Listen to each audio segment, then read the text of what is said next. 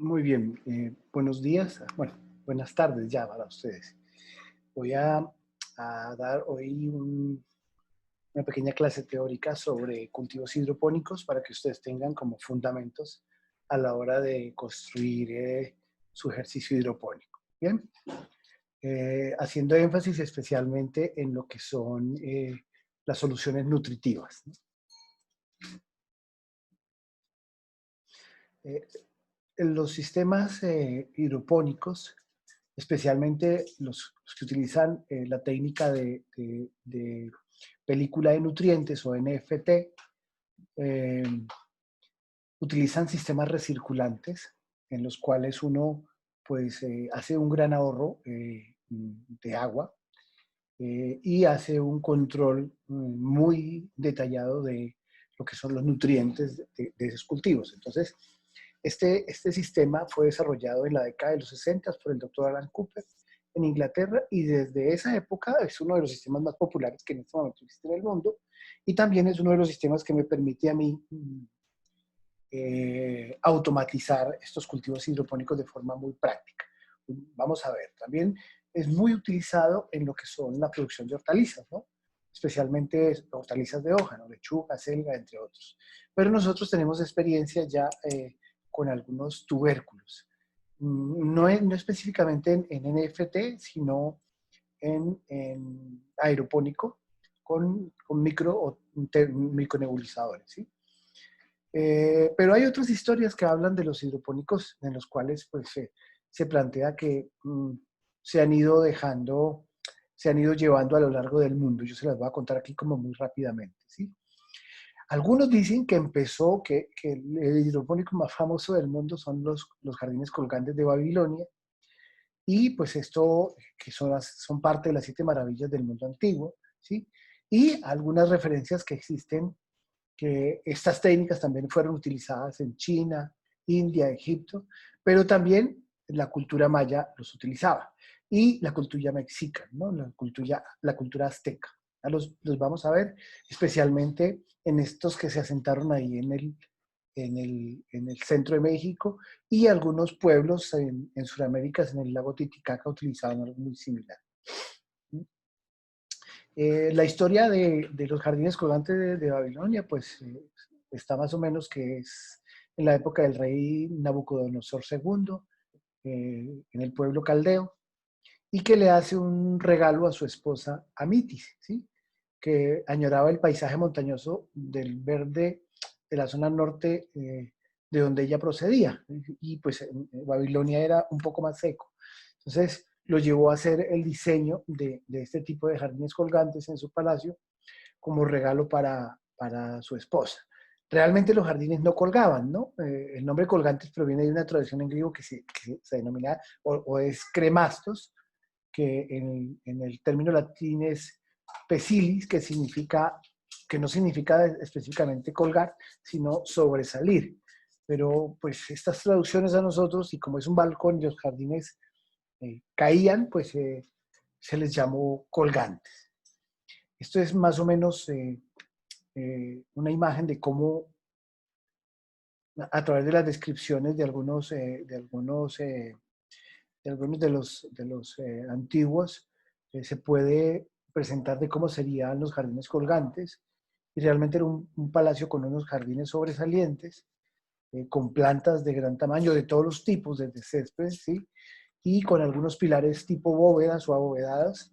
Y estas terrazas, pues, construidas en ladrillo cocido, permitía que se circulara, como pasa más o menos en el suelo, los nutrientes y el agua, ¿no? Y esto iba de la parte superior a la parte baja, ¿no? ¿Qué otra experiencia bonita? La de los aztecas en las chinampas en México, ¿no? Los aztecas fueron un pueblo que llegó al centro de México y como medio de protección se ubicó en el lago, en el centro del lago de México. Y aprendieron a utilizar los lodos del fondo del lago para hacer unas balsas y sobre esas balsas empezar a crear cultivos. Y estas balsas pues finalmente flotaban, ¿sí? Y ahí sembraban su comida, ¿no? Ellos, en esa zona pantanosa, pues esos lodos del fondo del lago son lodos ricos en nutrientes y en materia orgánica, en el lago Tenochtitlán, y ellos fueron haciendo todo lo que era ese tipo de agricultura prehispánica, ¿no? Todavía hay evidencias de esto. Yo les voy a mostrar aquí parte de esa historia, y pues a esto se le denominan ellas chinampas. Finalmente, estas balsas las iban uniendo y en ellas cultivaban inicialmente sus tres cultivos básicos: el maíz, frijol, o frijol, como dicen ellos, chile y bueno, y calabaza, en algunas oportunidades calabaza, ¿no? Eh, Esto le permitió hasta tener un tipo de árbol, que luego el tipo de árbol también genera un anclaje y ayuda a que el, el recurso hídrico pues suba por capilaridad hacia las raíces de las hortalizas de las hortalizas, no, de la gramínea, que es el maíz, del frijol, que es una planta fijadora de nitrógeno, y de la calabaza, que sirve como cobertura, ¿no? Eso lo hicieron durante mucho tiempo, todavía se continúa haciendo. Hoy uno puede ver cuando va a Ciudad de México y va hasta Xochimilco, todavía existen este tipo de cultivos, que pues el único problema que ellos no tienen ahí es agua, ¿no? Y finalmente se sigue cultivando. Si ya han ido a la Ciudad de México, pues se darán cuenta, y si van a ir, pues les recomiendo que visiten Xochimilco, es muy fácil llegar, se van en el metro hasta donde empieza el tren de cercanías, el tren que los lleva a Xochimilco, y el tren los lleva hasta allá. Es muy barato, el metro vale 5 pesos y el tren creo que vale 2 pesos mexicanos. Para que hagan un cálculo, son como 200, como 400 pesos colombianos el metro, y ya son como 3.000 pesos en transporte ida y como 3.000 pesos colombianos vuelta. Muy bien. Eh, Hay cultivos comerciales en este momento ahí que se pueden evidenciar. Hay varias zonas del lago Xochimilco. La más común es donde te montan estos botes que se llaman trajineras y te ofrecen comida, bueno, van músicos, puedes ir comprando comida en el recorrido, puedes llevar tu comida. Generalmente esas trajineras se alquilan por grupos y bueno, es una visita bien interesante. ¿Qué es lo bueno de esto? Que es un modelo hidropónico, porque finalmente estas balsas van absorbiendo el nutriente mm, mm, de los suelos, más la zona húmeda es la que mantiene como estos cultivos flotantes, y estas raíces terminan siendo algunas raíces flotantes, ¿no? Que es una de las técnicas. Cultivan, algunos de los cultivos son espinacas, lechugas, rábanos, cilantro, acelgas, ¿no? Pero también pasturas y algunos árboles maderables que ayudan a hacer el anclaje. Y pues hay casos donde han tenido algunos bovinos y otro tipo de animales ahí. ¿Cómo funciona realmente esto? Pues esto funciona en los cultivos, que generalmente es maíz, chile, frijol, calabaza. Utilizan un árbol que ellos le llaman el huejote, que termina siendo parte del anclaje de la balsa, ¿sí? Y esto va absorbiendo por capilaridad agua y termina favoreciendo el nivel freático de este suelo, ¿no? Este es otro de los cultivos antiguos que dan base para hablar de lo que es la hidroponía.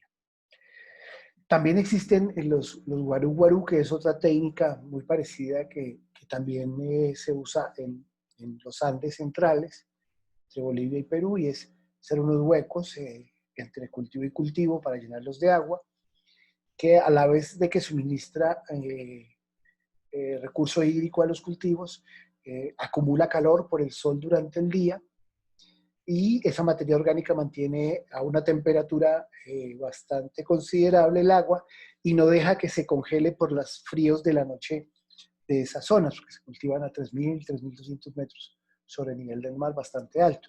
Entonces los guarú guarú también son zonas importantes. Y otra técnica son las terrazas, de los cuales hasta los muiscas aquí en nuestro país lo hacían. de donde sacaban lodos de la parte baja de las quebradas y de las lagunas, hacían unos andenes, realmente el nombre son andenes, hacían unos andenes, y sobre esos andenes cultivaban y utilizaban la recirculación de agua, ¿no? Los incas son pioneros en eso, y culturas preincaicas como los Wari también hay evidencia de que lo hacían. ¿Cómo es la nutrición en los sistemas recirculantes, en los NFT y en los hidropónicos? Porque realmente uno puede que tenga un sustrato o puede que no tenga un sustrato, ¿no? Entonces, existen dos tipos de hidropónicos, ¿no? Los cultivos sin sustratos, que son los cultivos a raíz flotante, generalmente, o por aspersión nebulizada, y los cultivos en agregado. ¿Cuáles son los cultivos sin sustratos? Pues generalmente son los NFT, que son los de solución nutritiva, donde los nutrientes están disueltos en el agua y los cuales son llevados en contacto con las raíces directamente de la planta. Es decir, recirculan. Generalmente uno cuando hace un NFT utiliza un sistema recirculante. Y lo más práctico para en el caso de nuestras casas, de tener un sistema recirculante en nuestras casas, son bombas de pecera. Yo en el ejercicio de la próxima semana en el taller voy a tener esos elementos y vamos a construir uno y lo vamos a poner a funcionar para que lo vean, ¿no? En este sistema el agua se airea conforme recircula y va arrastrando esos nutrientes que uno disuelve en el agua, que es la otra clase teórica que les quiero dar para que ustedes sepan cómo hacer esas soluciones nutritivas para poner en el agua. Eh, y eso es lo que termina nutriendo las raíces de estas plantas, ¿no? Ya les decía que habíamos hecho un ensayo con papas, se hizo con papa criolla y pues los rendimientos no es lo mismo que tener rendimiento en suelo o en contenedores como los que vimos en la primera clase introductoria, contenedores donde siembran un papa, porque en contenedores el rendimiento es casi igual que si lo hiciéramos en suelo. Pero en el hidropónico, en el caso de que uno tenga suelo, la única es que utiliza una pequeña bomba de presión para que dispare eh, eh, soluciones nutritivas hacia los tubérculos que se están formando, y lo otro es que el anclaje donde va a ponerse esos tubérculos pues tiene que ser muy fuerte para que soporte el peso, porque cada planta puede llegar a desarrollar 200 o 300 gramos en tubérculo, ¿no? Eh, Esta técnica de cultivar sin sustratos, pues hay muchas. La que más se usa en el mundo son las de raíz flotante o los NFT, que son recirculantes, ¿sí? Y eso se hace a partir de una solución nutritiva, que es agua con algunos elementos nutritivos. Y bueno, algunas es el NFT, los tanques nutritivos o los mixed system. Los tanques nutritivos se les denomina raíz flotante, ese es el nombre más popular que se le da. ¿Mm? Y el cultivo en agregado son donde los nutrientes están disueltos en agua y son transportados hasta la raíz. Este sistema de cultivos agregados suele tener algún tipo de medios sólidos sobre los cuales las plantas se desarrollan, ¿no? Algunos utilizan perlitas o vermiculitas, que son rocas con altos contenidos nutritivos. Algunos utilizan arenas, arcillas, ¿sí? Arcillas expandidas, musgo, cascarilla de arroz, turba o algunas más livianas como fibra de coco, y sobre eso se cultiva. Y lo que se hace es un sistema de riego y un sistema de recolección, ¿no? También se los voy a explicar, pero el ejercicio que quiero que hagamos es el del NFT, por la innovación de utilizar una bomba de pecera, y no sé si pueda conseguir un temporizador para que esto lo hagamos y uno lo haga, la recirculación del líquido no sea tan, tan seguida, sino que tenga sus periodos y lo podamos medir, ¿no? Cada cultivo pues tiene sus propias tecnologías, pero pues lo importante es que ustedes mismos hagan sus propios ensayos, ¿no? Algunas desventajas de los cultivos hidropónicos es que el costo inicial resulta ser algo elevado, la instalación, porque se requiere una inversión. También bueno, esta es una ventaja más que una desventaja. Mm, mm, Conforme usted desarrolla conocimiento, es decir, le obliga a estudiar un poco, no es solamente sembrar y recoger, porque requiere un poco más de tiempo. Eh, Luego, conforme usted avance, yo recomiendo siempre es que arranque por poquito para que empiece a entender cómo es el funcionamiento de esto y vaya avanzando. Eh, Se requiere un manejo cuidadoso de lo que son las soluciones nutritivas. Y bueno, y luego las cosechas, pues las cosechas más que una desventaja es una gran ventaja porque pues usted conforme diseñe su sistema hidropónico, así mismo es que tiene diseñado su forma de cosechar, ¿no? Y ventajas, pues que son cultivos libres de parásitos, bacterias y hongos y contaminación, porque usted tiene todo muy ascético, muy controlado. Eh, ya conforme usted empieza su proceso de producción, después de que usted hace su instalación, reduce muchísimo los costos, muchísimo los costos. Eh, Está independiente de los fenómenos meteorológicos porque usted todo lo hace bajo modelos controlados. Lo puede tener expuesto, pero siempre se requiere que tenga un techo porque pues finalmente uno no va a depender de la lluvia, entonces uno puede tener controlado frío, temperatura, humedad, ¿sí? Menos espacio. Existen unos hidropónicos en verticales, ¿no? Ahorro de agua, porque usted hace ciclaje de agua constantemente, ahorro de fertilizantes y de algunos insecticidas y pesticidas, porque pues no va a tener plantas con las cuales competir, porque va a ser única en su espacio, ¿sí? Van a ser niñas bonitas, todo el tiempo los va a estar observando. No va a necesitar maquinaria agrícola para cuando hace grandes extensiones. Mantiene muy limpio todo. Si usted detecta algún problema, lo puede controlar muy fácil. En algunos casos, por ejemplo, como las lechugas, pueden ser muy precoces, es decir, que usted puede sacar lechugas muy bonitas en poco o menos tiempo del normal. Lo puede automatizar absolutamente todo, un alto porcentaje de automatización. Unos productos con una muy buena calidad, muy buena presentación, altos rendimientos por unidad de superficie, eh, aceleramiento del proceso productivo, puede hacer posibilidad de cosechar repetidamente la misma especie de planta en el año. Es decir, en el caso de los países donde hay estaciones, pues no va a depender de las estaciones porque va a tener un modelo de agricultura controlada. Tiene un ahorro de agua impresionante porque pues, usted finalmente está ciclando completamente el agua. Y bueno, iba a tener productos libres de químico porque pues usted puede utilizar hasta soluciones orgánicas para su nutrición, ¿no? En el caso de estos cultivos, pues los nutrientes es el factor importante en el cultivo por la absorción de las raíces. Es muy importante tener en cuenta bien un buen manejo de las soluciones nutritivas, porque necesitamos que esas soluciones se les suministren adecuadamente a esa planta. Cuando uno cultiva en suelo, pues las raíces crecen continuamente para buscar los nutrientes. Esto demanda mayor energía en la planta. En cambio, en el caso de los cultivos hidropónicos, pues la raíz no va a tener que andar buscando y no va a tener que hacer ese desgaste de romper el suelo o buscar nutrientes. Eso permite que el desarrollo de la planta sea mejor.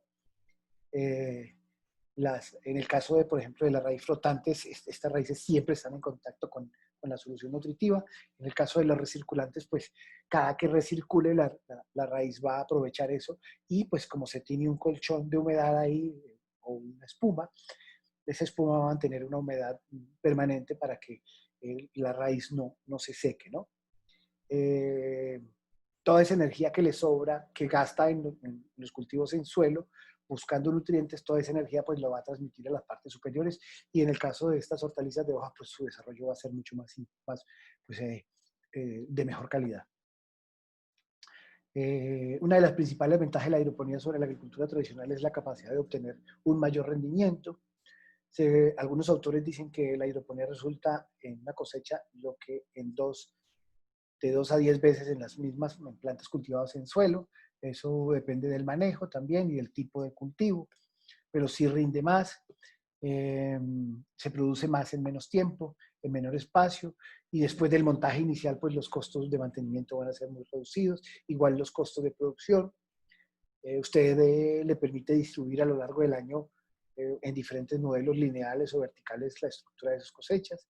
Y estos modelos pues le permiten la clasificación de los productos de forma muy fácil. Porque conforme usted va cosechando, puede ir de una vez embalando o empacando para que usted venda. Uh -huh. En el caso del manejo integrado de plagas e enfermedades, ¿sí? Los MIPIM o los MIPIME, la hidroponía elimina la posibilidad de suelo infectado con plagas. Al no utilizar el suelo, no hay lugar para que las malezas compitan con el cultivo, pues no hay malezas. Eh, Hay que tener mucho cuidado con el manejo de la humedad y la recirculación de los líquidos, pues para que no haya propagación de patógenos, hay que tener mucho cuidado de eso y estar como muy atentos. Por eso se llaman, yo les llamo las niñas bonitas porque son cultivos en los cuales uno tiene que estar como muy pendiente de ellos. Mm, pero usted puede controlar muy fácil eso, se debe considerar una óptima selección de plántulas. Generalmente, algunos cultivos hidropónicos seleccionen sus mismas plántulas. Si ustedes hicieron los germinadores en los vasitos, pues ustedes pueden tener el control de sus plantas y trasplantarlas hacia el sistema hidropónico. Y pues usted puede generar elementos electrónicos para hacer control sanitario de los cultivos, ¿no? También puede utilizar trampas como las que hicimos en el taller pasado, que son bien importantes, las puede utilizar externas para que no ingresen a los lugares donde tienen, o las puede utilizar muy cerca a los cultivos para que los problemas de algunos insectos o artrópodos lleguen primero a la trampa antes que al cultivo. Eso es reducción de problemas. Estos videos se los voy a dejar en el correo que les envié junto con el link de este video para que ustedes los vean, son muy interesantes. También decirles que vayan pensando en su modelo hidropónico. Yo voy a construir uno con tubo PVC, pero ustedes pueden optar por el de ustedes como quieran construirlo. Algunos datos de la hidroponía en el mundo. Dice que más o menos unas 50.000 hectáreas se dedican a la producción hidropónica en el mundo. Los sistemas más utilizados es el sistema de riego por goteo, ¿sí? En el caso del riego por goteo es un cultivo en sustrato, sustratos limpios o sustratos de roca o fibra de lana, o algunos sustratos inorgánicos y algunos sustratos orgánicos como cascarilla de arroz o fibra de coco, ¿no? Y luego el sistema NFT o a raíz flotante tienen un 7% y un 3%. Otro dato interesante es que los cultivos hidropónicos más rentables son tomate, fresa, lechuga, espinaca y flores. En el caso, por ejemplo, de la fresa o de la lechuga que nosotros consumimos aquí en el centro del país, pues esta lechuga puede estar siendo regada con aguas contaminadas, ¿no? Sobre todo esta lechuga que se puede estar produciendo aquí en la sabana. Eh, la fresa, pues la fresa es un producto que demanda mucho químico. Si no me creen, pueden visitar Cibatec, que es uno de los productores de fresa más importantes, y pues se pueden dar cuenta cómo esta fruta es tratada con muchos elementos químicos, entonces usted puede producir su fresa. Con la espinaca, pues no tengo gran cosa que decir, pero por ejemplo, en el caso del tomate, que la mayoría de nuestro tomate viene de Santander o de aquí de Sutamarchal, pues también el tomate es uno de los productos agrícolas con mayor contenido, igual que la arveja, de químicos para su manejo. Dicen los productores de arveja que ellos son 2 o 3 fumigas con químicos semanales, ¿no? Finalmente uno termina comiéndose todo ese veneno. Y pues lo más común en hidroponía es hacer referencia a que estos sistemas muestran un contacto directo de la raíz con la solución nutritiva, descartando el uso de otros productos, ¿no? Eso no dice que en ocasiones no tenga uno que hacer algún tipo de control, pero generalmente estos cultivos son más limpios, ¿no? Algunas apuestas es que por la demanda de espacio en las zonas urbanas, muchos ciudadanos en el mundo van a tener que optar por sistemas productivos bajo estos modelos, porque pues, el consumo de combustible y el transporte de estos desde los lugares de producción son muy altos. Por ejemplo, pueden buscar un video sobre lo que es Almería en España y cómo se producen las hortalizas en Almería y cuántos kilómetros recorren para llegar a sus destinos en el modelo de agricultura de precisión, pero más que el modelo de agricultura de precisión, el modelo de despensa global. Es bien interesante ver cuánto contamina un camión de estos para moverse. El último taller que vamos a hacer en este semestre es un taller sobre la huella de la comida es más un taller ¿cómo le diría yo? Es un taller de sensibilización para que ustedes vean, por ejemplo, cuántos kilómetros le puede tomar su arroz para llegar hasta el plato, ¿no? Y cuánto CO2 se puede generar por esos kilómetros que recorre ese producto hasta llegar a sus platos, ¿sí? Es decir, que este tipo de cultivos tiene una alta potencialidad porque uno primero puede aprovechar espacio, recursos, controlar su producción y hacer un producto de muy buena calidad, ¿no? Algunos mitos de la hidroponía, pues que la hidroponía, las plantas producen una mayor cantidad de frutos, pues realmente se produce de mejor calidad, sí, en menor tiempo, entonces los rendimientos sí son más. No todas las plantas se pueden cultivar en hidroponía, como los árboles, ¿no? Entonces, es decir, algunos frutales van a tener que mantener el mismo modelo. La técnica de hidropónico a raíz flotante solamente sirve para lechugas, pues no es verdad. También se producen otro tipo de hortalizas. Y pues que tengo que ser biólogo, químico o agrónomo para poder cultivar en hidroponía, pues eso es lo que estamos demostrando nosotros, porque ustedes, casi todos los estudiantes de este curso, son profesores, perdón, los estudiantes y los profesores son de ingeniería civil o de otras ingenierías en la escuela, entonces se pueden dar cuenta de que sí se está haciendo. O sea, y estos conocimientos básicos los voy adquiriendo en mi práctica porque realmente es la técnica más antigua de investigación, la de observar, hacer, probar, ensayo, acierto, error y retomo y vuelvo a inicio todo mi ejercicio y ahí voy aprendiendo. Muy bien. Y bueno, ya una parte un poco más técnica para que más o menos entiendan cómo se comportan estas plantas. Quiero hablar de lo que es el carbono y la importancia de la economía del carbono en los cultivos, sobre todo en el uso de soluciones nutritivas, ¿no? Entonces, para esto quiero decirle que recuerden que en biología de pronto nos enseñaron que existen plantas C3, carbono 3, 4 y plantas K. Y vamos a hablar qué son. Recuerden que el proceso siempre es dióxido de carbono más oxígeno más luz. Eso es igual a los hidratos del carbono más oxígeno que se libera. Y este es el proceso de conversión de estructuras vegetales de las plantas, ¿no? Dióxido de carbono más oxígeno más luz. Y esto es hidratos de carbono más oxígeno, ¿sí? Y los nutrientes que toman por las raíces. Recuerden que las plantas son como los seres más importantes que hay en el planeta, porque ellas son las únicas capaces de convertir la energía lumínica en materia.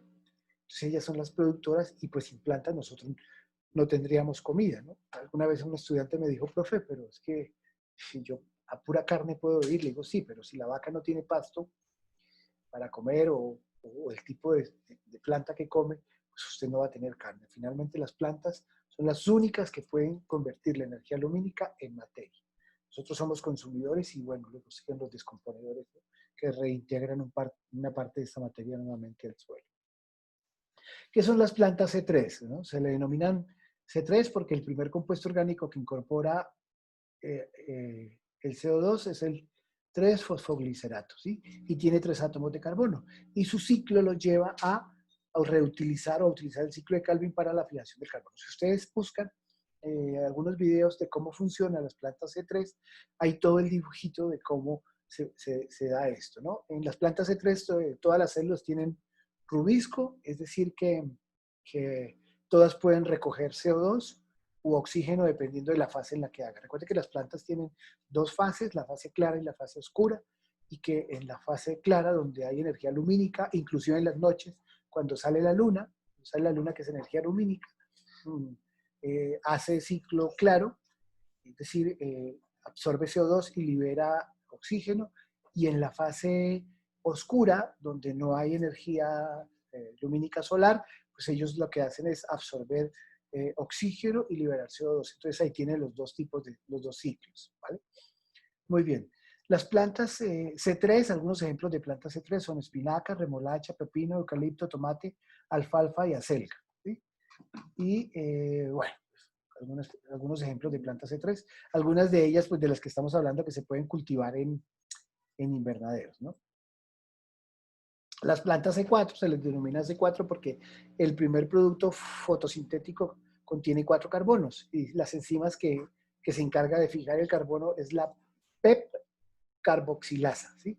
La PEP se convierte luego en fosfonolpiruvato, que es un compuesto 3C, 3 carbono, y luego en oxacetato, el compuesto que se convertía en las plantas C3 automáticamente, que ya es un compuesto 4C. Por eso son plantas C4, C4 carbonos, para proporcionar lo que es el dióxido de carbono al ciclo de Calvin, ¿sí?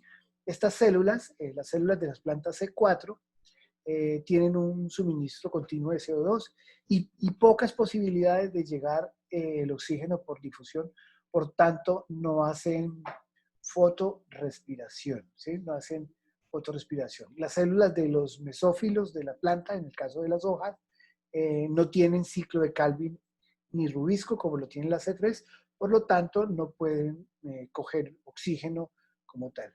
Muchas de estas plantas C4 son plantas que pueden sobrevivir con muy poca contenido de agua y algunos ejemplos de estas, pues el maíz, la caña de azúcar, la remolacha, ¿sí? Que acumulan bastantes azúcares. Por eso estas plantas se pueden utilizar, por ejemplo, para hacer alcohol, ¿no? Y las plantas CAM, que son las plantas Classulaceae acidic metabolism CAM, durante la noche las células del mesófilo utilizan la ruta C4 para unir los CO2 en el melato al interior de las vacuolas y durante el día el melato se convierte en piruvato y el CO2 activan el ciclo de Calvin, ¿no? Entonces son plantas que tienen esa capacidad de cambiar entre el día y la noche, ¿no? Algunos ejemplos de las plantas CAM, pues los cactus, uno de los cactus, y pues el aloe vera, ¿no? Muy bien. Entonces, cuando uno mira los ciclos de cada uno de ellos, aquí está el video, este video también se los voy a dejar para que lo vean, cómo funciona una planta C3, una planta C4 y una planta K. Estos conocimientos son importantes tenerlos porque en ocasiones uno puede utilizar luz artificial para acelerar lo que son los ciclos productivos de la planta, ¿no? Lo hace uno con animales, en el caso, por ejemplo, de las gallinas o de los pollos de engorde, cuando mantiene luz permanente en los galpones e incrementa el proceso de ciclo de alimento para que su desarrollo sea más rápido y más acelerado, ¿sí? Pero a eso adicional algunos productores de carne de pollo pues le agregan lo que son algunos tipos de antibióticos con hormonas que ayudan a que su asimilación de nutrientes sea mayor. Eso de pronto no esté bien o pueda existir algunos problemas en el caso del consumo de este tipo de carnes porque finalmente esas hormonas terminan llegando a nuestro cuerpo y pues no se reconoce exactamente cómo sea el actuar de esas hormonas, ¿no? Algunos teóricos hablan de que esas hormonas están afectando el desarrollo normal de los niños de hoy día y por eso se presentan algunos problemas hormonales, alergias y demás, ¿no? Lo de las alergias sí son reconocidas. Hay niños que son alérgicos a consumir pollo de galpón o pollo con este tipo de nutrición, pero que finalmente pueden consumir, por ejemplo, pollos o gallinas producidas en campo, alimentadas con maíz y de corral, ¿no? Entonces, pueden ser parte de los problemas que se originan por esto, ¿no? Pero en el caso de las plantas sí se puede dar sin ningún inconveniente, porque simplemente lo que uno está aumentando es el ciclo de alimentación de la planta. Bien, en resumen, pues esta tabla donde hablamos de plantas C3, plantas C4 y plantas CAM, y también otro video que les voy a dejar, que se los voy a enviar en el correo para que lo tengan. Entonces son tres de los tipos de hidroponía, algunos ejemplos, uno sobre el funcionamiento de los C3, C4 y CAM, y este sobre lo que son consideraciones iniciales para acelerar algunos procesos de la producción bajo invernadero. Muy bien, este tema no lo voy a tocar, pues, lo que quiero es decirles que quiero que vayan viendo estos videos. Yo el taller de hidroponía lo hago y lo dejo grabado, también se los envío, para que ustedes lo hagan en su casa. Y recuerden que pueden grabar sus experiencias, subirlas a su canal de YouTube o enviármelas por un drive a mi correo. Yo descargo y lo subo al canal de YouTube mío para que sus compañeros vean lo que ustedes están haciendo de agricultura urbana.